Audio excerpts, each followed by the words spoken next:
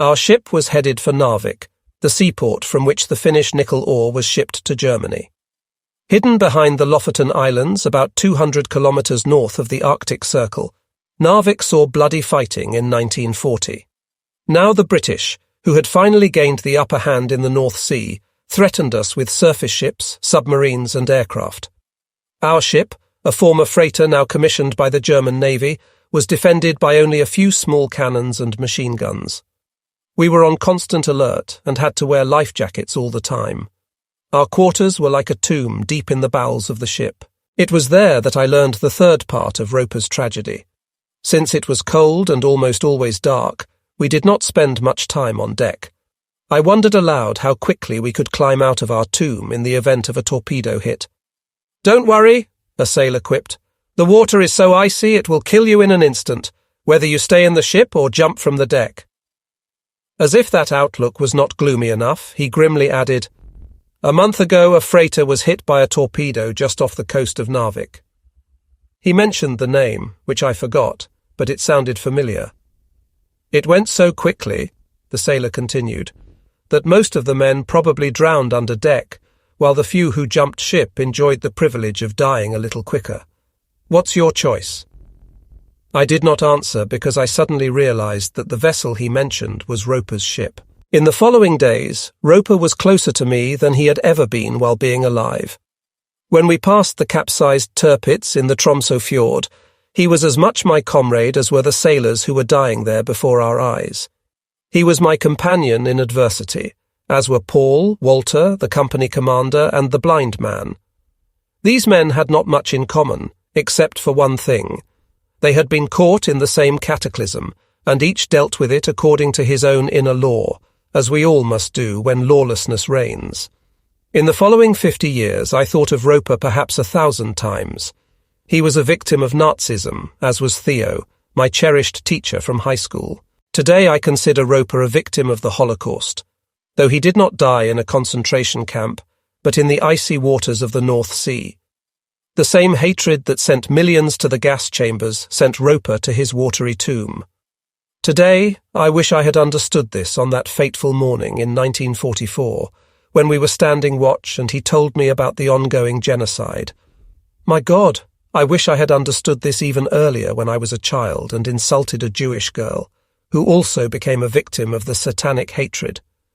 In spite of the British naval vessels that were lying in wait for us, our ship took us safely to Narvik.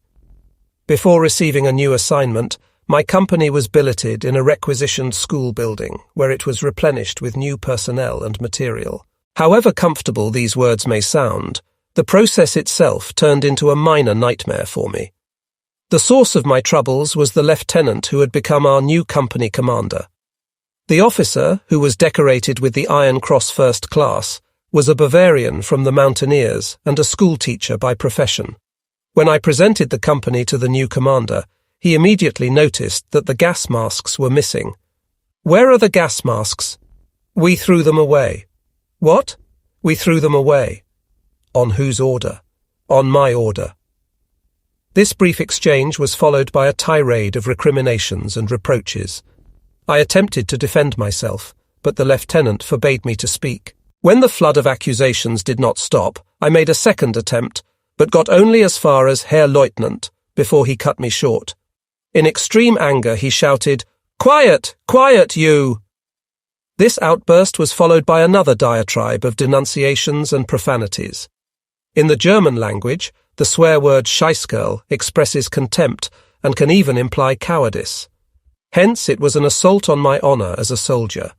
Even in Hitler's army that was behavior unbecoming an officer. After I had collected my thoughts and grasped the implications of this fact, I relaxed and made no further attempt to defend myself.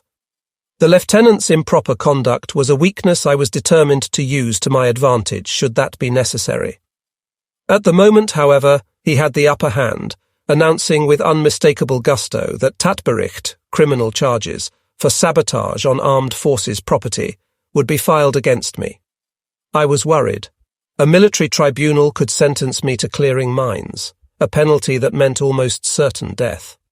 I was also concerned that I had an unequal fight on my hands, feeling much like David facing Goliath. Hence, I had to be cunning. To avert the threat of a court-martial, I had to stage a counter-threat. However, in the Wehrmacht, that was a dangerous course to take. Whatever threat I came up with, it was imperative that it did not contain the slightest reference to the criminal charges I was threatened with. So I decided to submit a formal complaint for having been insulted with invectives such as Scheissgirl. The complaint posed a threat to the lieutenant insofar as it could potentially delay or even prevent his promotion. I had to act quickly before the criminal charges could be sent to the military tribunal in Oslo. My first step was a formal action called Sich zum Rapport melden, literally to report for rapport, meaning to appear before a superior, either to be reprimanded or to submit a grievance. In full military dress, including steel helmet, but without gas mask, I asked for permission to enter the lieutenant's room, where I extended a studiously correct salute and then waited deferentially until allowed to speak. "What do you want?" I respectfully asked Herrn Leutnant to please withdraw the insult. His answer consisted of a single word: out. A few minutes later, I reported again for rapport, not on my volition, however, but on the lieutenant's order.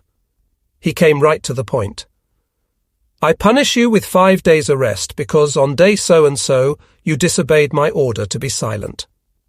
Arrest meant confinement on dry bread and water. That was an unusually harsh penalty for the trifling misdemeanor of which I was guilty. Moreover, it was revenge. Clearly, the exaggerated penalty was the lieutenant's answer to my motion that he withdraw the insult. It was another weakness I quickly used to my advantage by filing a complaint about an assault on my honour, followed by unreasonable punishment. The tenor of the complaint was that I had volunteered for service in the Führer's army to defend the fatherland, not to suffer insults by anybody. The Führer was the strong point of my defence.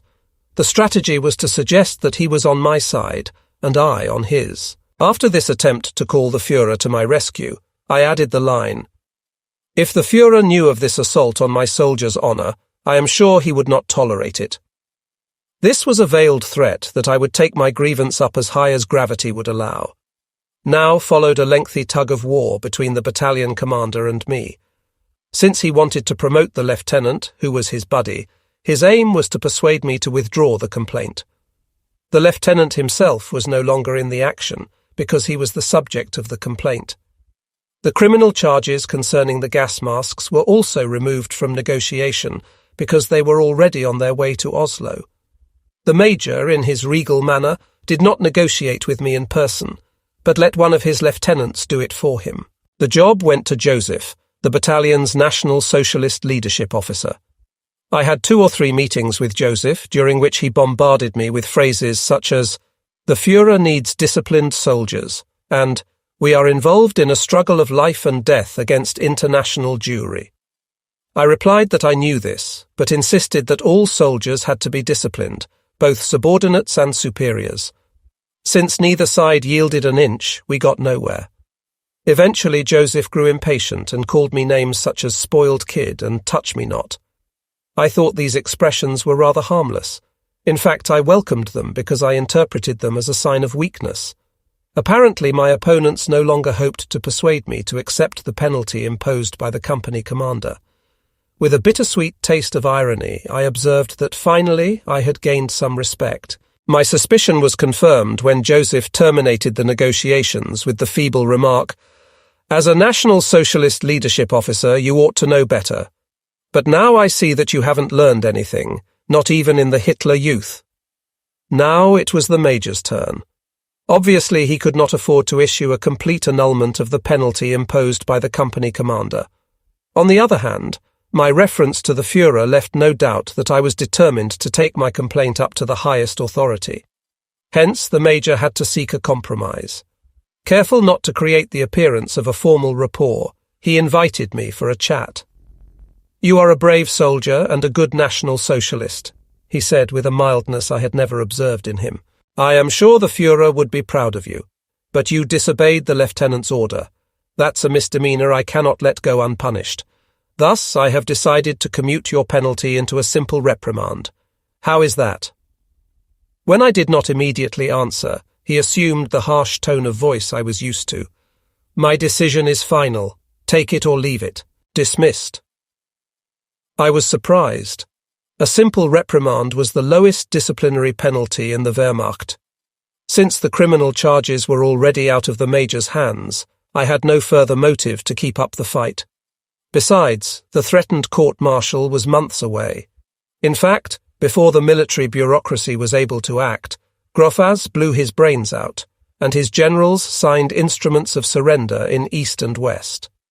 Of course, I did not foresee these events at the time, nor did I desire them, but change was in the air, and there were more serious things to worry about than the silly court-martial. Shortly before Christmas, the battalion was reassigned to Björnfjell, a tiny spot on the railway from Narvik to Sweden, directly at the border. Our mission was to guard the border and the railroad that once had carried nickel ore from Finland to Narvik. Of course, the nickel mines had been lost in the meantime, and the Swedes probably would no longer have allowed us to ship the ore through their country. Hence, there was no real purpose for us to be there. I guess if Grofaz had been able to move us to beleaguered Germany, he would have loved to send us to the collapsing fronts in East or West. I never saw any Norwegian civilians in Björnfjell. Our company occupied a splendid 3-story building in the middle of nowhere. We treated the wooden structure, which once had served as a home for retired Norwegian railroad workers, reasonably well, though I cannot guarantee that it was as well preserved as it should have been when we left. In a letter from the Reichscommissioner for Norway, we were advised to treat the Norwegian civilians correctly but firmly, whatever that meant. We were also told that a German soldier who had raped a Norwegian girl in Kirkenes had been sentenced to death and executed. Morale and discipline were sagging. In January 1945, I was summoned to Joseph. He was still sulking, but also seeking help to restore discipline. "We need your assistance," he admitted. "The Major has decided to send you to a National Socialist training course." I do not recall the name of the place, but I do remember that it was a beautiful spot by the sea not far from Narvik. I welcomed the change and looked forward to the undoubtedly better living conditions there. Besides, I felt slightly guilty for having contributed to the declining discipline by having waged and won a battle against the military establishment. A few days later, I was on my way to the NS training course. It was a splendid boat ride through icy fjords lined by snow-covered mountains. There were 2 German nurses on board dressed in grey capes and white cornets. Having just escaped from an environment of coarseness and vulgarity, I noticed their poise and womanly dignity with a mixture of sadness and gratitude. It turned out that they were heading to the same place I was. After the German surrender, I would meet them again under decidedly less pleasant circumstances in a British prisoner of war camp. The NS school was housed in an exquisite building that once had served as a resort hotel. Living conditions were even better than I expected. Semi-private rooms, real beds, white linen, central heating, though sparsely used, and the pleasant women who were running the hotel. Even the food was better than usual, if not more caloric, then at least more carefully prepared. After dinner, everybody got an apple. For me, it was the first since 1939. The instructors were assorted officers, mostly elderly gentlemen who, for a change, also behaved as such. It was a relaxed atmosphere, but with a taint of unreality. We only had to think of the unfathomable suffering of the people at home, both soldiers and civilians, to appreciate the exaggerated, luxurious living conditions we enjoyed.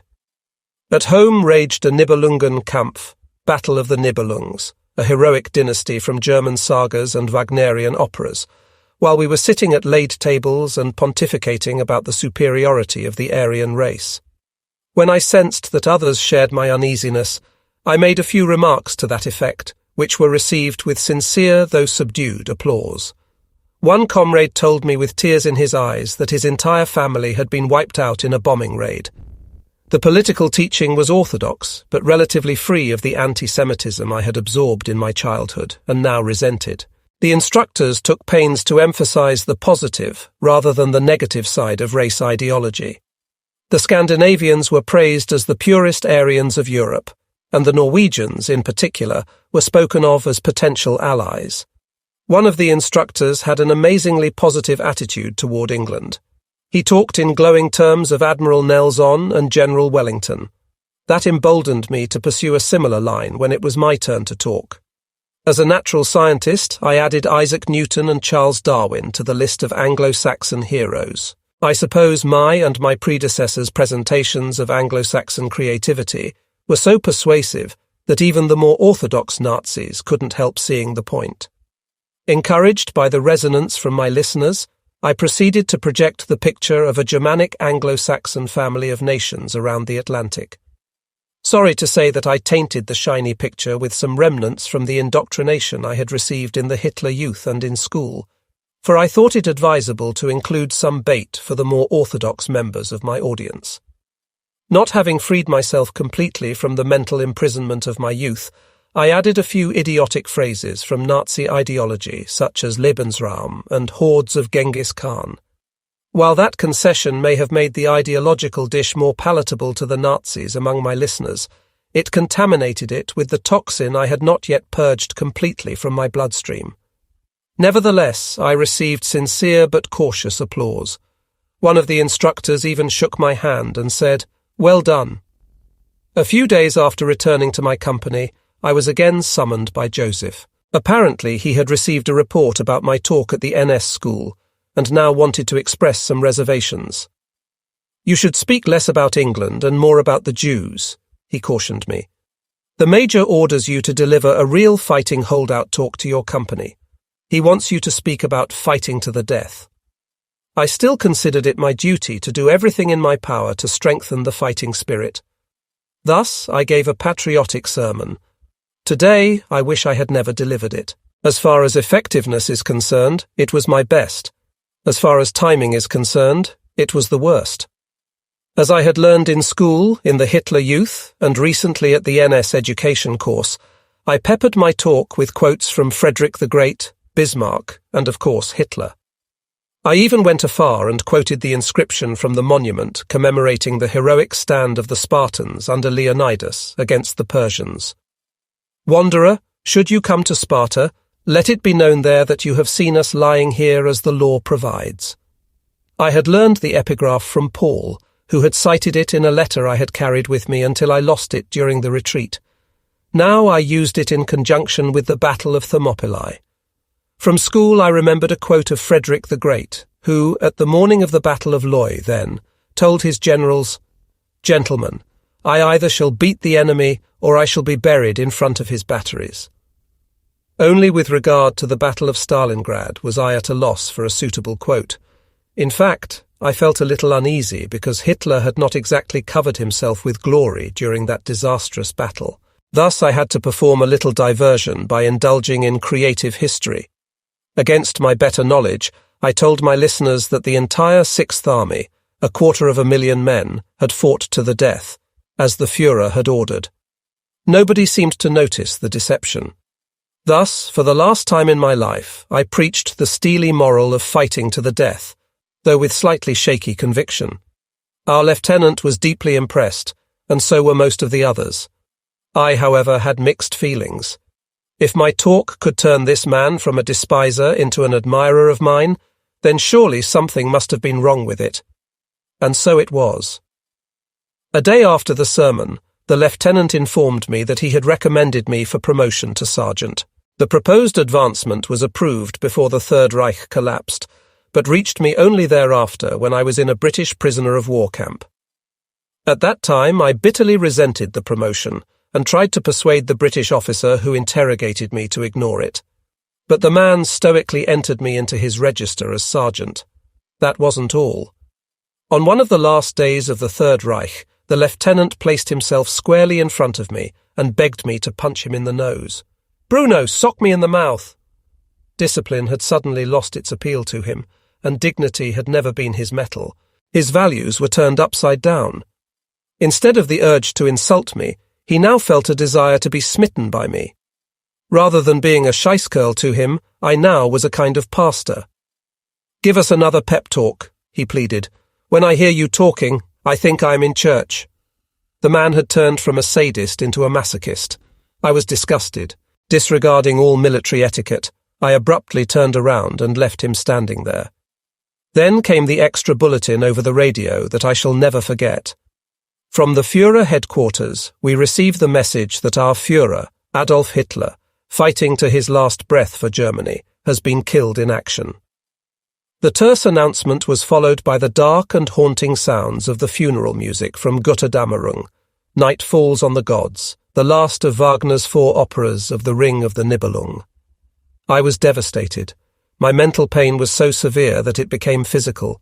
Since I am entirely at a loss to describe it, I will not attempt to do so. The plain fact is that the day of Hitler's death was the low point of my life. For the next 12 months or so, I stayed in the valley of despair, until I recognized very slowly and reluctantly that I was mourning the death of a monster. This growing awareness was the antidote that eventually broke down the poison Hitler had injected into my blood more than a decade ago.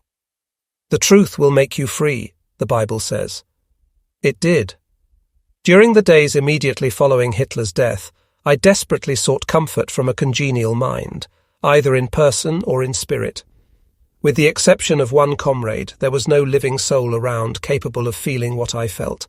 The officers, who once had been arrogant and now were undignified, were the least helpful of all. The heretofore almost omnipotent propaganda machine now suffered from the same impotence. However, in one of its last broadcasts, the German radio offered some respite by quoting a world-renowned voice that had a certain ring of dignity, though it came from a man who had been led astray as thoroughly as I had been. The misguided dignitary of all people was Sven Hedin, the famous explorer from Sweden who had the reputation of being a Germanophile during World War I. As a boy, I had read his book Through Asia's Deserts. Now I read his eulogy of Adolf Hitler. Tragedy seems to be as capable of irony as is comedy. In his tribute to the Führer, Sven Hedin spoke of Europe's genius, and I drew passing comfort from the injudicious words. The congenial comrade I mentioned was a corporal who had joined us recently. His name was Willy, and his home was in eastern Germany, where he expected to return. He was not the kind of person one can move to tears with a Schubert song, but he was unassuming and honest, both to others and himself. He shared my love of country, my socialist inclination, and my mistrust of officers. Most important, however, were the bitterness and the loss of faith that united us. "I no longer believe anything," Willy cried out in anguish. "I detest this world." As painful as the situation was, I had to smile and think of my school days when we performed Hamlet and I acted the part of the prince. How weary, stale, flat, and unprofitable seemed to me all the uses of this world. After the war, I worried that Willy might have fallen victim to the siren songs of the communist regime in East Germany. On the other hand, I could not imagine him entering a second mental prison at the very moment he had escaped from the first one. Today, I would consider it a grace of fate to meet this upright man again. When the news of the unconditional surrender arrived, it turned out that we had a few anti-Nazis among us. Understandably, they had been silent all that time, but now they showed their relief and gratification in various ways. One of them even endangered his life by celebrating Germany's defeat all too triumphantly. Since he had just arrived from another company, I was not personally acquainted with him, but had heard by the grapevine that criminal charges for corruption of the fighting spirit had been filed against him. Not knowing his name, I shall call him the Celebrator. Upon hearing the news of the capitulation, the Celebrator jubilantly ran around and shouted incessantly, "Unconditional surrender!" I was irritated, and so were Willy and a few others. Today I realize that I have done injustice to the man who was almost delirious with joy. After all, he was a fellow sufferer, and most likely would have been a victim of more serious persecution, as I might have been, had the Third Reich lasted a little longer.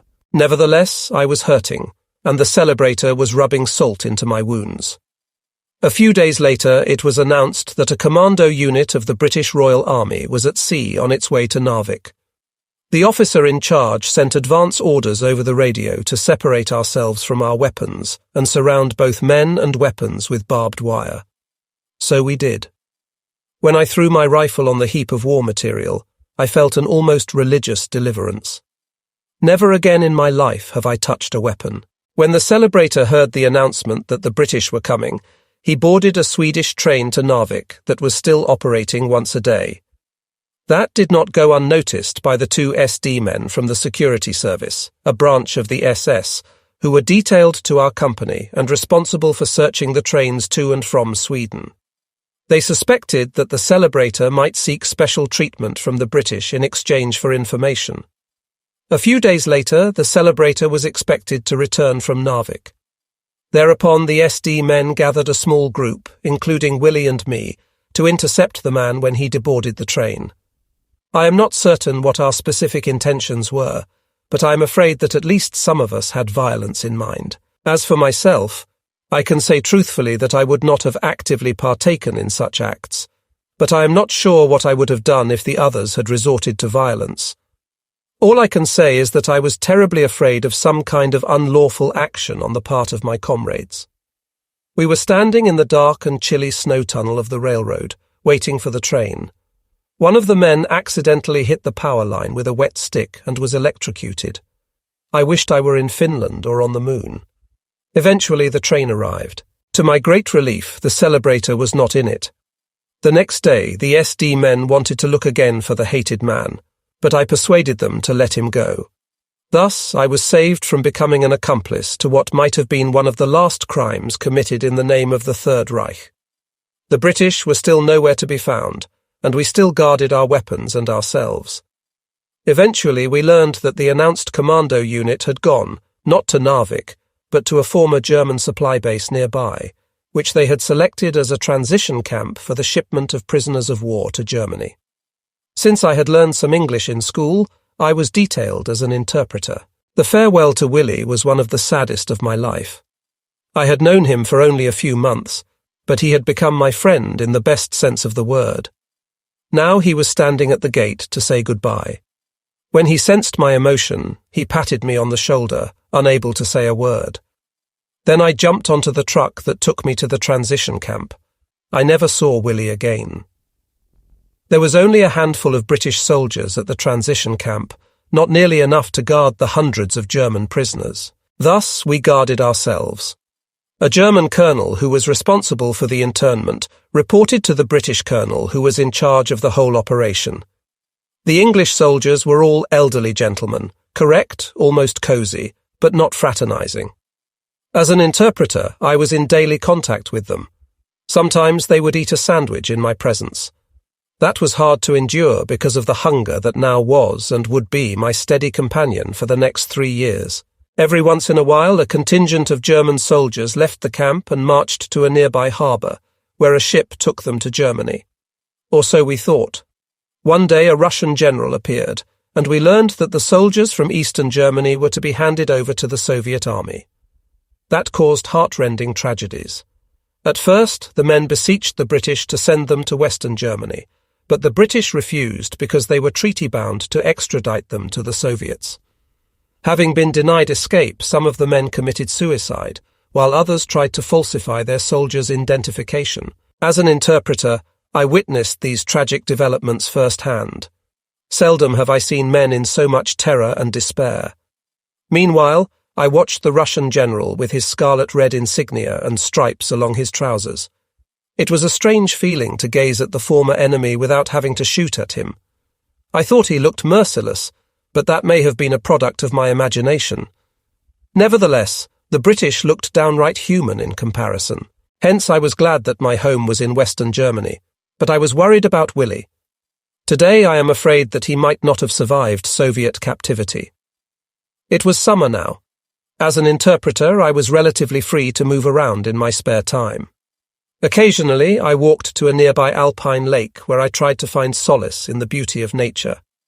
As is still my habit today, I whistled classical music. This time, of course, there were no happy tunes, only heroic ones.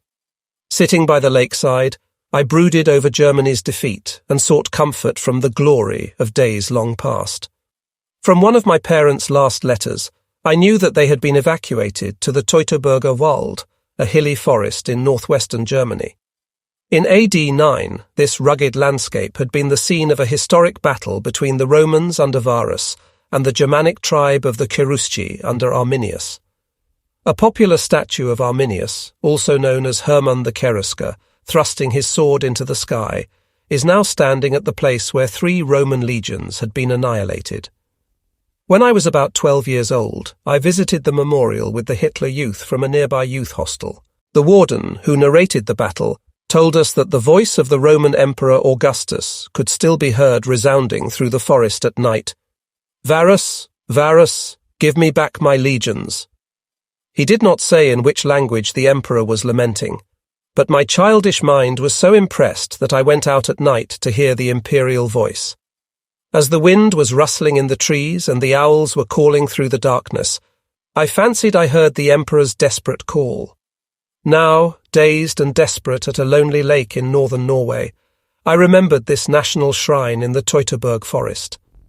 To my amazement, I noticed that Arminius rather than Hitler was now my hero, and the heroic music I whistled was Beethoven's Eroica rather than Wagner's Götterdämmerung. Reluctantly, almost fearfully, I blamed Hitler for having lost the war. Had I known his crimes, my feelings would have been incomparably stronger. Nevertheless, I was making the first serious effort to free myself from the chains of mental imprisonment, though this was not clear to me at the time. While I did not find much relief from my pain, I was collected enough to start distrusting Hitler and Nazism. Today I comprehend that I had suffered the fever of detoxification that must precede the onset of healing. On my way back from the lake, I met the 2 nurses from the NS training course. They had not yet gone home, but had volunteered to serve in a makeshift hospital for the soldiers of the transition camp. "We are on a pilgrimage to seek peace and comfort," said the older one with an engaging smile. Her words struck me in an ineffable way. "Oh," I called almost joyfully, "you are on your way to that lake."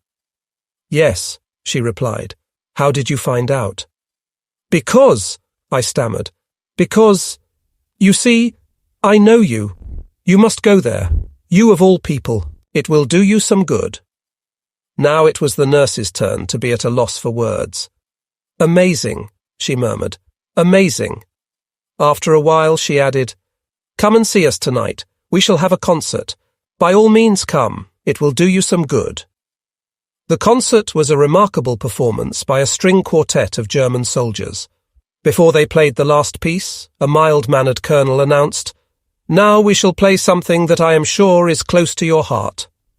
It was the slow movement of the Emperor Quartet by Joseph Haydn, which still serves as the German national anthem. Never in my life have I sensed the nobility and beauty of this melody as deeply as on that summer evening in northern Norway. Technically, the performance was probably not perfect, but it breathed the spirit of the music. In the previous 12 years, I had heard the melody 1,000 times played by bands of stormtroopers at a tempo more suitable for a march than a hymn. Now I realized the uncomfortable truth that it is possible for something noble and graceful to be usurped by ignoble and graceless minds. There was another episode of wandering around in liberated Norway. A comrade and I were strolling along a scenic dirt road when we met a group of young Norwegian soldiers. They seemed to be happy, and I envied them for their innocence. Apparently they had recently arrived from England and now enjoyed the new freedom of their beautiful country. One of them asked us in English what we were doing here, and I replied that we were taking a walk. "You are not supposed to do that," cautioned the young man with a tone of voice that betrayed more embarrassment than conviction. "You are prisoners of war." Though the lad had reason to be angry, he sounded almost apologetic, as if he regretted to have run into us. The others must have felt the same, since they betrayed the same engaging embarrassment. I had the uneasy feeling that we were spoiling their fun. As they deliberated on what to do with us, I watched their decent faces and thanked fate that I no longer had to shoot at human beings. Finally, they decided to let us go. As they walked away, I asked myself what we would have done had the situation been reversed. In September 1945, it was my turn to board a ship bound for the home country. It was a former troop transport manned by a German crew. Because of the mines that had been laid by both parties during the war, the journey was tricky and dangerous. For reasons unknown to me, the ship took us only to Trondheim, where we spent a few days in a makeshift camp. As we marched through the pleasant town under a guard of Norwegian soldiers, some civilians watched us from the sidewalks. I was amazed that there was virtually no demonstration of hatred. 6 years later, my older brother would tell me about his experiences as a prisoner of war in France that were decidedly less pleasant. The next ship, also a former troop transport with a German crew, finally took us to Neustadt, a little seaport on the Baltic. To get there, we had to pass through the Emperor Wilhelm Channel that connects the North Sea to the Baltic. When the homeland came in sight, all soldiers were on deck. Generally, the view was decidedly unpleasant. Destroyed houses, blown-up bridges and demolished vessels marred the landscape. But when some civilians on the embankment waved and clapped their hands, it was like a ray of sunlight breaking through a gloomy sky. All we soldiers rushed over to bask in the warmth of the welcome, causing the ship to tilt dangerously to one side. The captain implored us from the bridge to move to the other side, but that was not easy because the vessel was now tilted so heavily that we could only crawl on hands and knees across the iron deck. Slowly, the ship returned to its upright position. Some of us cheered, others laughed timidly, for laughter was rationed in 1945. I thought it would have been cruel indeed to have died so close to home and so late in the history of the Third Reich. And for what? In Neustadt, the British marched us to another camp, where we were separated into groups depending on where we lived. My group travelled by railroad to Münster in Westphalen for final discharge. The town and its beautiful churches were cruelly ruined. Half a century later, when I revisited the town as an American, it was fully restored and more beautiful than ever. Now, on my last day as a German soldier, I stood with a group of a few thousand others at an open space in Münster for the official discharge procedure by the victors. A British officer on a rostrum conducted the affair in German over a loudspeaker. He repeatedly asked for order, but I did not notice any particular disorder. Everybody wanted to go home. Nobody was interested in any more military circuses, except the British officer who seemed to have a strange predilection for Prussian drill. He let us stand at attention and theatrically descended from his rostrum to see that it was done according to the German military code. Apparently he was not satisfied, for he repeated the discipline several times. The farce lasted for about 2 hours that were enjoyed by nobody save this strange specimen of a British officer. "Well," said the man next to me, "apparently the British have some of the same stinkers among them as we had, though hopefully not in the same profusion." I was burning to see my parents. Most of all, I was anxious to get away from the military. For almost 6 years I had tolerated the unnatural state of affairs in which one mental dwarf can run a whole group of men like a herd of cattle. Now I had to suffer the perversion one more time. Ironically, it was a British officer who conducted the final episode of my military life. "A German officer got lost in you," I murmured, while the pompous ass still sounded his commands over the loudspeaker. Eventually, however, the fool grew tired of the silly game and turned it over to some subordinate who seemed to have more sense in his head. Without much ado, the circus came to an end. Everyone received his certificate of discharge and a railroad ticket to his final destination. Free at last. No more war, no army, no weapons, no officers, nobody to tell me what to do. The Nazi Party had disappeared without a trace. With it had vanished the little propaganda minister and his spokesman who told me what to think. The lies of Aryan superiority and Jewish inferiority had fallen silent. What a relief to shed the last vestiges of national hubris and racial conceit. The Third Reich had left no legacy except corpses and ruins. Its place was taken by a never-experienced, unwanted freedom. Painful and uninvited though it was freedom nevertheless.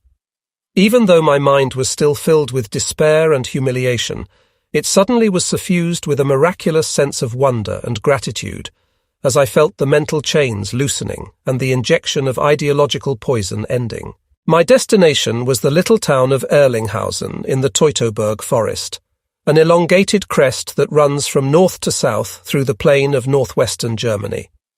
The train ride was as dismal as everything else. Even though this part of northwest Germany had not seen much fighting, the devastation was substantial.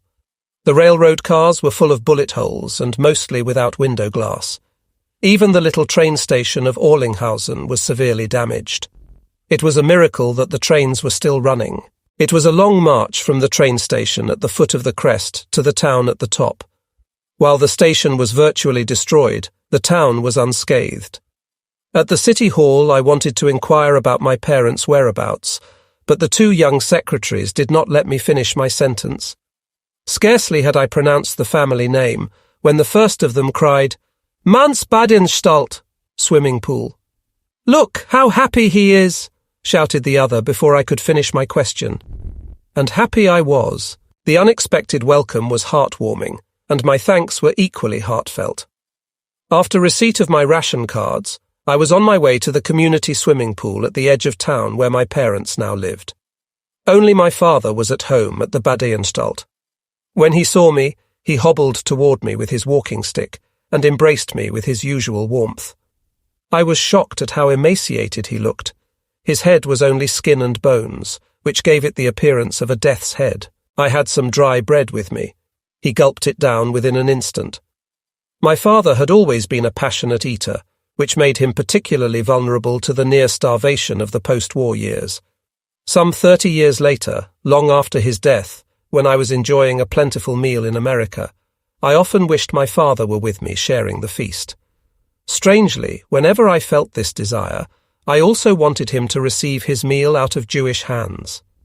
Today it is clear to me that this fantasy was a Freudian dream rooted in the desire that the sobering experience would cure him of his anti-Semitic mania. On the day of my return, my mother happened to be on a hoarding trip in search of food, and my younger brother and sister were with her. The 18-year-old boy had recently returned from American captivity. He had been drafted in 1945 into the elite division Grossdeutschland and happened to be in Czechoslovakia at the war's end. To avoid Russian captivity, he marched under cover of darkness until he reached the Americans, to whom he surrendered. My sister had also returned from Czechoslovakia, where she had spent the last war years with her school. There was no word from my older brother, who, at the war's end, had served on the Western Front. About a year later, we got a message from the International Red Cross that he was working as a prisoner of war in a French coal mine. He returned a broken man in 1948. Eventually, my mother and two younger siblings returned from the hoarding trip. Unfortunately, they had not met with much success. The little food they carried came from my mother's sister, who was married to an executive in the steel industry.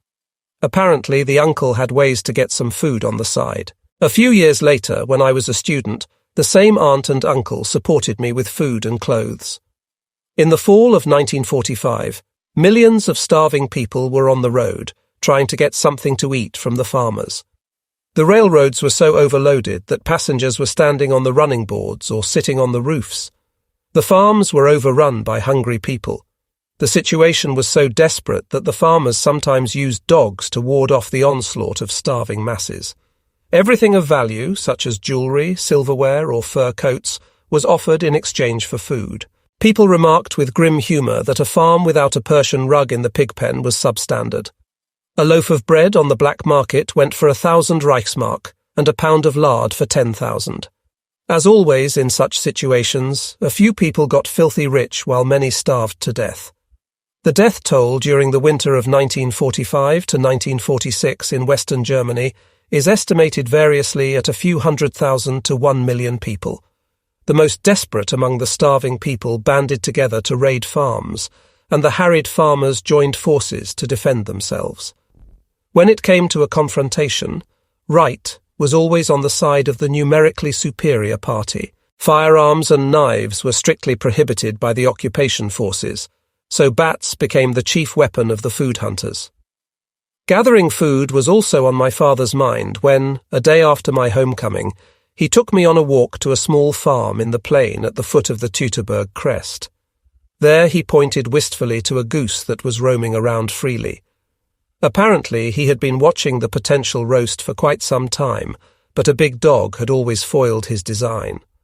To our dismay, the guardian was still around, and the expedition ended in failure. My family was in particularly dire straits. As evacuees and strangers in a little town, we had even less to eat than the locals. The little food available on ration cards provided about half the calories needed for maintaining body weight. All members of my family showed various symptoms of malnourishment, ranging from edema to a dull pain in the back of the head.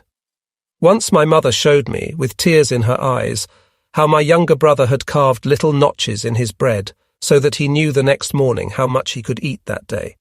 Once my father procured a sack of sugar beets in exchange for some tools.